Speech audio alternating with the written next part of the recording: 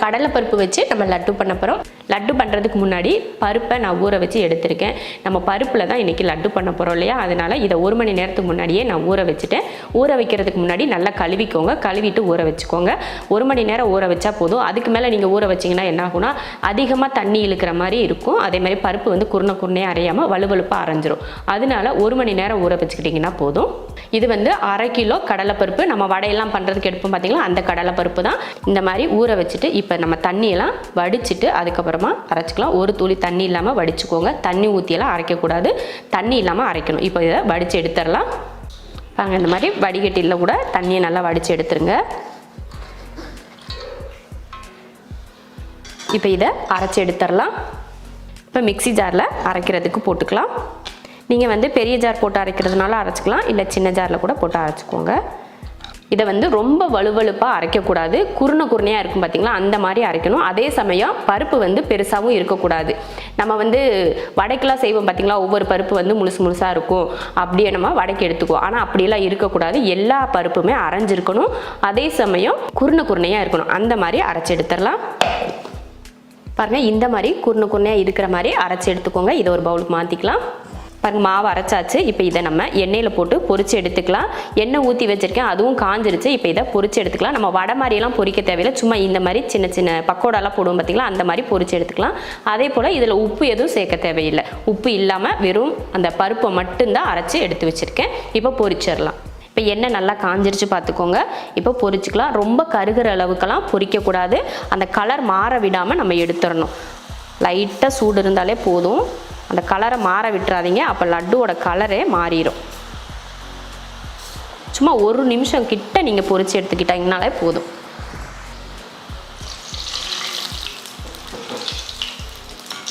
ரொம்ப மொறுமொறுப்பாக வேக வைக்கணும், ரொம்ப கலர் மாதிரி வரணும், அப்படி கோல்டன் கலரில் வரணும் இப்படிலாம் இல்லை. இந்த மாதிரி கலர் மாறுறதுக்கு முன்னாடியே எடுத்துருங்க. அவ்வளோதான், எடுத்துடலாம்.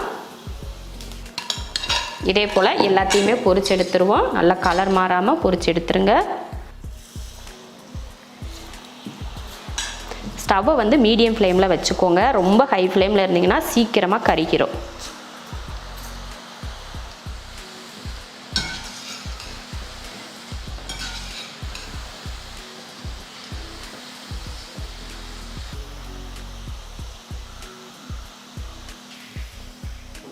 அவ்வளோதான், எல்லாத்தையுமே பொரித்து எடுத்தாச்சு. இப்போ ஸ்டவ் ஆஃப் பண்ணிடலாம். இப்போ பக்கோடெல்லாம் பொரித்து எடுத்தாச்சு பாருங்கள், நல்லா எல்லாம் வெந்திருக்கு. இப்போ இதை அரைச்சி எடுத்துக்கலாம். அரைக்கிறதுக்கு மிக்ஸி ஜார் வச்சுக்கோங்க. நல்லா ஈரம் இல்லாமல் மிக்ஸி ஜார் எடுத்துக்கோங்க. ஈரமாக போட்டிங்கன்னா அதில் ஒட்டிக்கும், அதனால் ஈரம் இல்லாமல் எடுத்துக்கோங்க. இது வந்து நல்லா ஆறிடுச்சு. ஆறின பக்கோடா தான் இதில் சேர்க்குறேன். நம்ம பொரித்து எடுக்கிறதுக்குள்ளே முதல்ல பொரிச்சதெல்லாம் ஓரளவுக்கு இது நல்லா ஆறி இருக்குது. இப்போ இதை பவுட்ரு பண்ணி எடுத்துக்கலாம். பாருங்கள், இந்த மாதிரி அரைச்சி எடுத்துக்கணும். ரொம்ப வலுவலுப்பால சும்மா ஒரு 2 தடவை சுற்றுனீங்கனாலே இந்த மாதிரி பொடி பொடியாக ஆயிரும். இதுவுமே பார்த்திங்கன்னா நம்ம அரைக்கிறத விட கொஞ்சம் குருணையாக இருக்கிற மாதிரி தான் இருக்கும். அந்த மாதிரி எடுத்துக்கோங்க. இங்கே பாருங்கள், கொஞ்சமாக உருண்டையாக இருக்கிற மாதிரி இருக்குது பாருங்கள். இது போல் எல்லாத்தையுமே அரைச்சி எடுத்துருவோம். இப்போ பார்த்தீங்கன்னா எல்லாத்தையும் அரைச்சாச்சு. 1/2 கிலோ கடலைப்பருப்பு நம்ம பக்கோடா போட்டோம் பார்த்தீங்களா, அதில் இவ்வளோ மாவு வந்திருக்கு. பார்த்துக்கோங்க, இந்த பக்குவத்தில் தான் நம்ம அரைச்சோன்னா இருக்கும். ரொம்ப வலுவலுப்பாக இருக்கிற மாதிரி இருக்காது, நல்லா குருணையாக தெரியும். நம்ம பார்க்குறப்பவே தெரியும் பாருங்கள், இந்த மாதிரி பக்குவத்தில் உதிரியாக சூப்பராக இருக்குது பார்க்குறதுக்கே.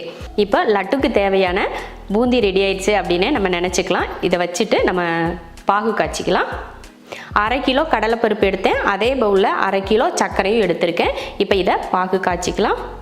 இப்போ ஒரு கடாய், அகலமான ஒரு கடாய் வச்சுக்கோங்க. வச்சு சர்க்கரை சேர்த்துருவோம். 1 கப் சர்க்கரைக்கு 1/2 கப் தண்ணி சேர்த்துக்கலாம். இப்போ ஸ்டவ் ஆன் பண்ணிடலாம். இப்போ பாகு வந்து காய்ச்சிடலாம். நான் ஹை ஃப்ளேமில் வச்சு தான் காய்ச்சிட்ருக்கேன். சர்க்கரை வந்து நான் 1/2 கிலோ எடுத்திருக்கேன். ஆனால் ஒரு அளவு காட்டணும் அப்படின்றதுக்காக தான் ஒரு பவுலில் சேர்த்து, தண்ணியோட அளவு வேணும் இல்லையா, அதுக்காக தான் 1 கப் சர்க்கரைக்கு 1/2 கப் தண்ணி சேர்த்துருக்கேன். அந்த மாதிரி அளவு எடுத்து சேர்த்துக்கோங்க. இப்போ வந்து பாகு கொஞ்சம் கெட்டியாகிற மாதிரி இருக்குது. இப்போ பாகு ரெடி ஆயிடுச்சான்னு பார்த்துடலாம். இந்த மாதிரி எடுத்து பார்த்தோம்னா நூல் மாதிரி வந்துருச்சுன்னா ஒரு கம்பி பதம் வந்துருச்சுன்னு அர்த்தம். அதே நம்ம கையை நல்லா அமுத்தி பார்த்தோம்னா நிறைய அப்படி பிசு நிறைய நூல் மாதிரி வந்துச்சுன்னா நிறைய ஒரு 2-3 கம்பி பதம் எக்ஸ்ட்ரா ஆயிடுச்சுன்னு அர்த்தம். அந்த அளவுக்குலாம் காய்ச்சக்கூடாது. அந்த லைட்டாக ஒரு கம்பி பதம் வருது பார்த்தீங்களா, அப்பயே நம்ம எடுத்துக்கணும். இப்போ இதில் கொஞ்சம் ஏலக்காய் தூள் சேர்த்துக்கலாம். ஏலக்காய் தூள் வந்து உங்களுக்கு தேவை பிடிச்சா சேர்த்துக்கோங்க, ஆப்ஷனல் தான். அந்த மனம் நல்லாயிருக்கும் ஏலக்காய் தூள் சேர்த்துட்டிங்கன்னா. அடுத்து இதில் கலர் பவுடர் சேர்த்துக்கோங்க. உங்களுக்கு என்ன கலர் விருப்பமோ அந்த கலர் நீங்கள் சேர்த்துக்கலாம். கலர் சேர்த்ததுக்கப்புறம் கொஞ்சம் லெமன் சார் ஒரு 2 சொட்டு இருக்கிற அளவுக்கு லெமன் ஜூஸ் சேர்த்துக்கோங்க. ஏன்னா அந்த சக்கரை பாகு வந்து மேலே படியாமல் இருக்கிறதுக்காக கொஞ்சம் லெமன் சாறு புழிஞ்சுக்கோங்க. இல்லை அது உங்களுக்கு தேவையில்லைன்னா கூட நீங்கள் சேர்க்க தேவையில்லை. அவ்வளோதான், எல்லாமே கலந்தாச்சு. கலர் பாருங்கள், நான் டார்க் கலராக இருக்கணுன்றக்காக இப்படி சேர்த்துருக்கேன். உங்களுக்கு கலர் வந்து உங்கள் விருப்பத்தை பொறுத்து கம்மியாக சேர்த்துக்கோங்க. நான் ரெட் கலர் சேர்த்துருக்கேன், உங்களுக்கு எல்லோ கலர் வேணாலும் சேர்த்துக்கோங்க. இப்போ அடுப்பை ஆஃப் பண்ணியாச்சு. ஆஃப் பண்ணிவிட்டு இப்போ நம்ம எடுத்து வச்சுருக்கோம் பார்த்தீங்களா அந்த பக்கோடாவை இந்த மாதிரி பவுட்ரு பண்ணி, இப்போ இதை சேர்த்துடலாம். எல்லாத்தையுமே சேர்த்துருங்க. சேர்த்துட்டு இதை கலந்துருவோம்.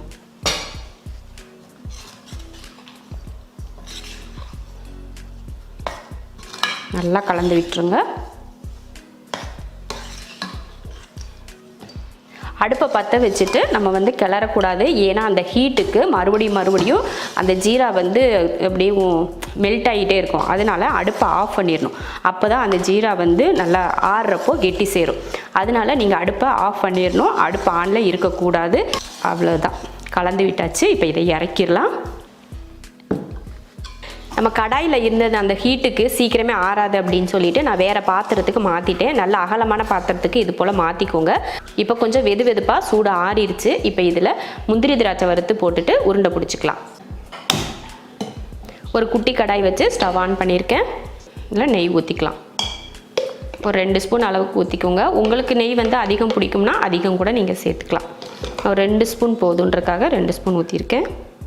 இப்போ இதில் முந்திரி பருப்பு போட்டுக்கலாம்.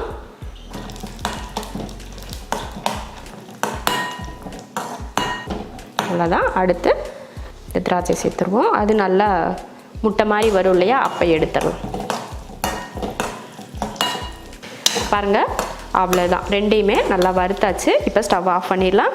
ஆஃப் பண்ணிவிட்டு லட்டில் ஊற்றிக்கலாம். அந்த நெய்யோடையே ஊற்றிக்கோங்க. நெய் வந்து உங்கள் விருப்பம். உங்களுக்கு நிறைய நெய் ஊற்றுறோம்னா கூட ஊற்றிக்கலாம். அதுக்காக அளவுக்கு அதிகமாக நெய் ஊற்றிட்டிங்கனாலும் சதன்னு இருக்கும். அதனால் நெய் வந்து உங்களுக்கு பார்த்துட்டு ஊற்றிக்கோங்க. இப்போ இதை கலந்துருவோம். நல்லா வெதுப்பாக சூடு இருக்கிறப்பவே உருண்டை பிடிச்சிக்கணும். ரொம்ப ஆற வைக்காமல் ஓரளவுக்கு வெதுப்பாக இருக்கணும் உருண்டை பிடிக்க. அவ்வளோதான், முந்திரி பருப்பு போட்டு கலந்தாச்சு. இப்போ உருண்டை பிடிக்க ஆரம்பிச்சிடலாம். இப்போ உருண்டை பிடிச்சிக்கலாம். கையில் கொஞ்சம் ஒட்டும் அப்படின்னு உங்களுக்கு தோணுச்சுன்னா கொஞ்சம் நெய் தடவிக்கோங்க கையில். இந்த மாதிரி ஒரு முந்திரி பருப்பு மேலே வச்சு நீங்கள் உருண்டை பிடிச்சிங்கன்னா பார்க்குறதுக்கு அழகாக இருக்கும். அதே போல் உங்களுக்கு லட்டு வந்து ஒரே சைஸ் அளவாக வேணும் அப்படின்னா இந்த மாதிரி ஒரு கரண்டி எடுத்துக்கோங்க. கரண்டியில் கொஞ்சம் நெய் கூட தடவிக்கோங்க ஒட்டாமல் இருக்கிறதுக்கு. இந்த மாதிரி எடுத்துக்கோங்க. எடுத்துட்டிங்கன்னா எல்லா லட்டுமே ஒரே சைஸில் வரும். உங்களுக்கு ஒரு கரண்டி அளவு எடுத்துட்டிங்கன்னா எல்லாம் இந்த மாதிரி ஒரே சைஸில் வரும். இந்த மாதிரி பிடிச்சிக்கலாம். நீங்கள் வந்து சும்மா வெறும் கையில் எடுத்து நீங்கள் உருண்டை பிடிச்சிங்கன்னா ஒரு லட்டு பெருசாக ஒரு லட்டு சின்னதாக இருக்கும் பார்த்தீங்களா. இந்த மாதிரி ஒரு கரண்டி எடுத்து நீங்கள் அளவு வச்சுக்கிட்டிங்கன்னா எல்லாமே ஒரே போல் அளவில் இருக்கும். இது போல் மேலே வைக்கிறப்போ ஒரே ஒரு முந்திரியை இந்த மாதிரி மேலே வர்ற மாதிரி வச்சு உருண்டை பிடிச்சிக்கோங்க. அப்போ பார்க்குறதுக்கு அழகாக இருக்கும். இப்போ இது எல்லா லட்டையும் இது போல் உருண்டை பிடிச்சிடலாம். லட்டு சூப்பராக ரெடி ஆயிடுச்சு. நம்ம கடையில் வாங்குறா போலயே நல்லா கலர்ஃபுல்லாக அருமையாக இருக்குது. பாருங்கள், சூப்பராக எவ்வளோ சாஃப்டாக இருக்குது பாருங்கள். நம்ம கடையில் வாங்குறத விடையே நம்ம வீட்டில் செய்கிறது ரொம்ப சூப்பராகவும் இருக்கும். நமக்கு ரொம்ப சந்தோஷமாகவும் இருக்கும். டேஸ்ட்டும் பார்த்திங்கன்னா ரொம்ப நல்லாயிருக்கும். ரொம்ப சூப்பரான ஒரு லட்டு ரெடி ஆயிடுச்சு. 1/2 கிலோ கடலைப்பருப்பில் இந்த மாதிரி எனக்கு 31 லட்டு வந்துச்சு. நான் கொஞ்சம் பெரிய சைஸ் லட்டு பிடிச்சதுனால 31 லட்டு வந்துச்சு. நீங்கள் இதில் கொஞ்சம் குட்டி சைஸாக பிடிச்சிங்கன்னா 50 லட்டு கூட நீங்கள் இதில் பிடிக்கலாம். 1/2 கிலோ கடலைப்பருப்புக்கு சின்ன உருண்டையாக பிடிச்சிங்கன்னா 50 லட்டு கிட்ட வரும். நான் பெரிய உருண்டையாக பிடிச்சிருக்கனால 31 லட்டு வந்திருக்கு. நீங்களும் இது போல் கடலைப்பருப்பில் லட்டு பண்ணி பாருங்கள். பூந்தியெல்லாம் பொரித்து லட்டு செய்கிறது வந்து ஒரு சிலருக்கு அந்த பூந்தி பொரிக்கிறதுக்கு வந்து பக்குவம் வந்து வராது. அந்த உருண்டையாக வரும் பார்த்தீங்களா, அந்த பக்குவம் வராது. அதனால இந்த மாதிரி பொரித்து நம்ம கடலைப்பருப்பில் அரைச்சி பொரித்து செஞ்சோம்னா ரொம்ப ஈஸியாக இருக்கும். செய்ய தெரியாதவங்க கூட செய்யலாம். அந்தளவுக்கு ரொம்ப ஈஸியான ஒரு லட்டு இது. இது போல் செஞ்சு பார்த்துட்டு எப்படி இருக்குன்னு சொல்லிவிட்டு கமெண்ட்டில் சொல்லுங்கள். பிடிச்சிருந்தா லைக் பண்ணிவிட்டு ஷேர் பண்ணிவிட்டு நம்ம ஷெரின்ஸ் கிச்சன் சேனலை சப்ஸ்கிரைப் பண்ணி பக்கத்தில் இருக்க பெல் ஐக்கானை கிளிக் பண்ணி வச்சுக்கோங்க. இது போல் தீபாவளி ரெசிபி நிறைய பார்க்கணுன்னு நினச்சிங்கன்னா நம்ம ஷெரின்ஸ் கிச்சன் சேனலை மறக்காமல் சப்ஸ்கிரைப் பண்ணி பெல் ஐக்கானையும் கிளிக் பண்ணி வச்சுக்கோங்க.